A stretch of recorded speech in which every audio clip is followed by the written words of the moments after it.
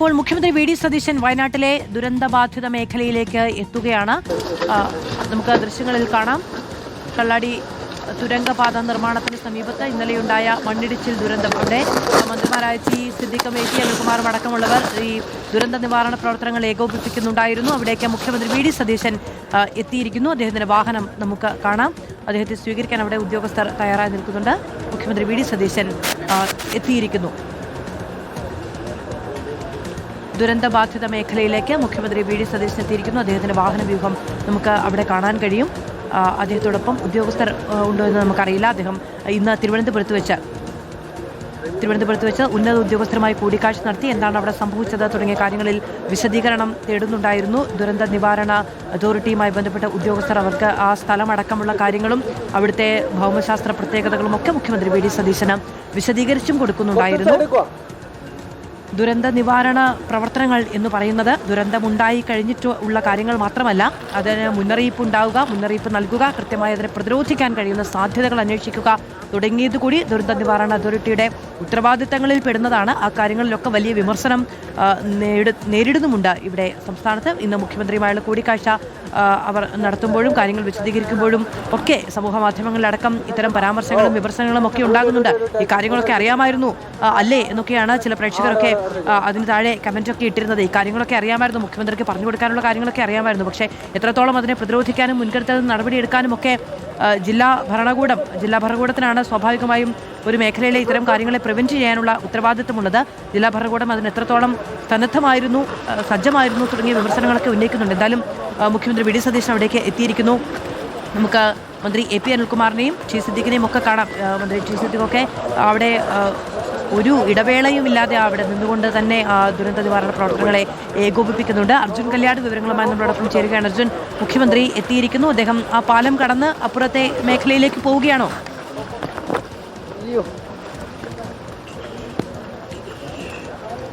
മുഖ്യമന്ത്രി V D Satheesan ഇപ്പോൾ കള്ളാടിയിലേക്ക് എത്തിച്ചേർന്നിരിക്കുകയാണ്. അദ്ദേഹത്തോടൊപ്പം രണ്ട് മന്ത്രിമാരും അതുപോലെ തന്നെ ജില്ലാ കളക്ടറും മറ്റ് ബന്ധപ്പെട്ട ഉദ്യോഗസ്ഥരുമൊക്കെയുണ്ട്.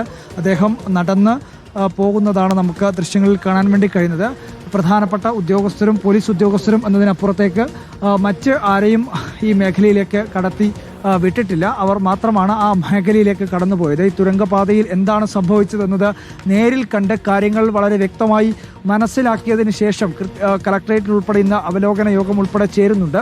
അതിനകത്ത് കൃത്യമായി തുടർന്ന് അങ്ങോട്ട് സ്വീകരിക്കേണ്ട കാര്യങ്ങൾ എന്തൊക്കെയാണ്, ഇവിടെയുള്ള അപകട സാധ്യതകൾ എത്രത്തോളമുണ്ട്, രക്ഷാപ്രവർത്തനവുമായി ബന്ധപ്പെട്ടുകൊണ്ട് നടത്തിയിട്ടുള്ള കാര്യങ്ങളെ സംബന്ധിച്ചും ഇവിടെ സ്വീകരിക്കേണ്ട നടപടികളെ സംബന്ധിച്ചുമെല്ലാം വളരെ വിശദമായ രീതിയിലുള്ള ഒരു അന്വേഷണം അദ്ദേഹത്തിൻ്റെ ഭാഗത്ത് ഉണ്ടാകും എന്നുള്ളതാണ്.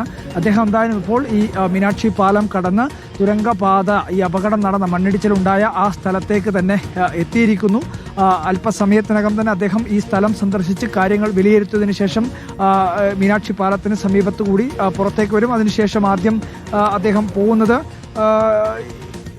വിംസ് ആശുപത്രിയിലേക്കും പിന്നീട് ദുരിതാശ്വാസ ക്യാമ്പിലേക്കൊക്കെയാണ്. അതിനുശേഷമാണ് കളക്ടറേറ്റിൽ അവലോകന യോഗം പ്ലാൻ ചെയ്തിരിക്കുന്നത്. ആ അവലോകന യോഗത്തിന് ശേഷം അദ്ദേഹം മാധ്യമങ്ങളെയും കാണുന്നുണ്ട്. അതിൽ വെച്ച് എന്തൊക്കെ കാര്യങ്ങളിലാണ് അദ്ദേഹം മനസ്സിലാക്കിയത്, അല്ലെങ്കിൽ എന്തൊക്കെ കാര്യങ്ങളിലാണ് ഇവിടെ മാറ്റങ്ങൾ വരുത്തേണ്ടത്, ഈ തുരങ്കപാത സംബന്ധിച്ച് തന്നെ ഇനിയുള്ള മുന്നോട്ടുപോക്ക് എന്തൊക്കെയായിരിക്കും എന്നുള്ള കാര്യത്തിലെല്ലാം തന്നെ ഒരു വ്യക്തത ഉണ്ടാവും. എന്തായാലും പ്രാഥമികമായി അദ്ദേഹം ഈ സ്ഥലത്തേക്ക് എത്തി പരിശോധന നടത്തുക എന്നുള്ളതാണ് ഏറ്റവും പ്രധാനപ്പെട്ട കാര്യം. ഇവിടെ എന്താണ് സംഭവിച്ചത്, മറ്റൊക്കെ കേട്ടറിവുകളായിരുന്നു, അദ്ദേഹത്തിന് ലഭിച്ച റിപ്പോർട്ടുകളായിരുന്നു. പക്ഷേ ഈ സ്ഥലത്തേക്ക് എത്തുമ്പോൾ ഇവിടെ സംഭവിച്ചിട്ടുള്ള ദുരന്തത്തിൻ്റെ ആഘാതം എത്രത്തോളം വലുതാണെന്നത് അദ്ദേഹത്തിന് നേരിട്ട് മനസ്സിലാക്കാൻ വേണ്ടി കഴിയും. ഒരു ഭാഗത്ത് നമുക്ക് കാണാൻ വേണ്ടി കഴിയും, അദ്ദേഹം ഈ സന്ദർശിക്കുന്ന സമയത്ത് പോലും ഇവിടെ രക്ഷാപ്രവർത്തനവും ഇവിടെ കാണാതായിട്ടുള്ള 5ഓളം തൊഴിലാളികളുടെ കണ്ടെത്തുന്നതിന് വേണ്ടിയിട്ടുള്ള തിരച്ചിൽ നടക്കുന്നുണ്ട്. അത് നിർത്തിവെക്കുകയോ അല്ലെങ്കിൽ അത്തരം നീക്കങ്ങൾ ഉണ്ടായിട്ടില്ല. അദ്ദേഹം ഒരു ഭാഗത്ത് സന്ദർശനം നടത്തുന്നു, മറുഭാഗത്ത് ഈ രക്ഷാപ്രവർത്തനവും ഈ ആളുകളെ കണ്ടെത്താനുള്ള തിരച്ചിലുമൊക്കെ നടക്കുകയും ചെയ്യുന്നുണ്ട്. ജില്ലാ കളക്ടറും മറ്റ് ബന്ധപ്പെട്ട ഉദ്യോഗസ്ഥരും ഒക്കെ അദ്ദേഹത്തോടൊപ്പം ഉണ്ട്. ആ രക്ഷാപ്രവർത്തനത്തിൻ്റെതടക്കമുള്ള കാര്യങ്ങൾ അദ്ദേഹം ബന്ധപ്പെട്ട ഉദ്യോഗസ്ഥരോടടക്കം ചോദിച്ച് മനസ്സിലാക്കും. പ്രാഥമികമായി അദ്ദേഹത്തിന് ലഭിച്ചിട്ടുള്ള വിവരങ്ങൾ മാത്രമാണ് ഉള്ളത്. പക്ഷേ കൂടുതൽ കാര്യങ്ങൾ ചോദിച്ച് മനസ്സിലാക്കി മനസ്സിലാക്കേണ്ടത്. ഏറ്റവും പ്രധാനമായി ഇവിടെയുള്ള മണ്ണിൻ്റെ ഘടന ഉൾപ്പെടെയുള്ള കാര്യങ്ങളിൽ വളരെ വിശദമായ രീതിയിലുള്ള ഒരു അന്വേഷണം നടക്കേണ്ടതുണ്ട്. കാരണം നേരത്തെ തന്നെ ഒരുപാട് വിമർശനങ്ങൾ ഇവിടെയുള്ള നാട്ടുകാർ ഉൾപ്പെടെയുള്ള ആളുകൾ നേരത്തെ പറഞ്ഞിരുന്നത് ഇവിടെ ഈ തുരങ്കപാതയോട് ചേർന്ന് സോയിൽ ലെയിലിംഗ് ചെയ്തിരുന്ന ഭാഗത്തിന് തൊട്ടു താഴെയായി ഒരുപാട് മണ്ണ് കൊണ്ടുചെന്ന് ഇട്ടിരുന്നു എന്നുള്ളതായിരുന്നു ആദ്യഘട്ടത്തിൽ മുഖ്യമന്ത്രി ഇന്നലെ തിരുവനന്തപുരത്ത് പത്രസമ്മേളനം നടത്തുമ്പോൾ ഉൾപ്പെടെ അദ്ദേഹം പറഞ്ഞിരുന്നത് ആ കാര്യങ്ങളാണ്. കാരണം വലിയ അളവിൽ മണ്ണ് ഇവിടെ ഉണ്ടായിരുന്നു.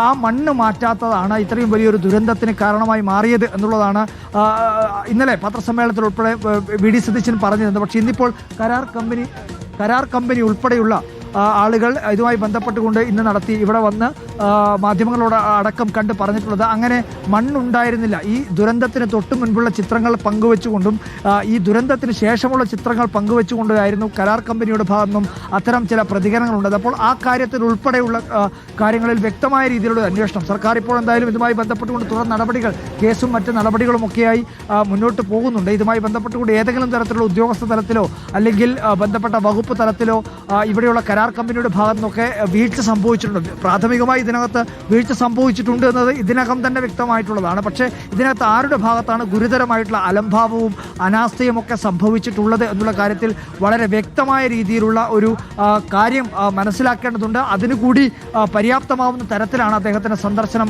ഇത് മാറാൻ വേണ്ടി പോകുന്നത്. എന്തായാലും വി.ഡി. സതീശൻ കള്ളാടിയിൽ ദുരന്തമുണ്ടായിരുന്ന സ്ഥലത്ത് സന്ദർശനം നടത്തുകയാണ്. തുരങ്കപാത നിർമ്മാണം നടക്കുന്നതിൻ്റെ തൊട്ട് മുകൾ ഭാഗത്തു നിന്നും മണ്ണിടിഞ്ഞ് താഴേക്ക് വന്നതിൻ്റെ ഭാഗമായാണ് ഇത്രയും വലിയ അപകടം സംഭവിച്ചത്. അപ്പോൾ അതുമായി ബന്ധപ്പെട്ടുകൊണ്ടുള്ള എല്ലാ കാര്യങ്ങളും അദ്ദേഹം നേരിൽ കണ്ട് വിലയിരുത്തുകയും അതുമായി ബന്ധപ്പെട്ടുകൊണ്ട് അവലോകനം നടത്തുകയും ബന്ധപ്പെട്ട ഉദ്യോഗസ്ഥരോടും കരാർ കമ്പനിയുടെ ആളുകളോടുമൊക്കെ ഇതുമായി ബന്ധപ്പെട്ടുകൊണ്ടുള്ള കാര്യങ്ങൾ ചോദിച്ചറിഞ്ഞുകൊണ്ട് തുടർ നടപടികൾ ഇതുമായി ബന്ധപ്പെട്ടുകൊണ്ട് മുന്നോട്ട് കൊണ്ടുപോകും. എന്തായാലും അദ്ദേഹം ഇവിടെ എത്തിയിരിക്കുന്നു. ഇനി അല്പസമയത്തിനകം തന്നെ പ്രാഥമികമായിട്ടുള്ള ഒരു വിലയിരുത്തൽ മാത്രമേ സാധ്യമാവുകയുള്ളൂ.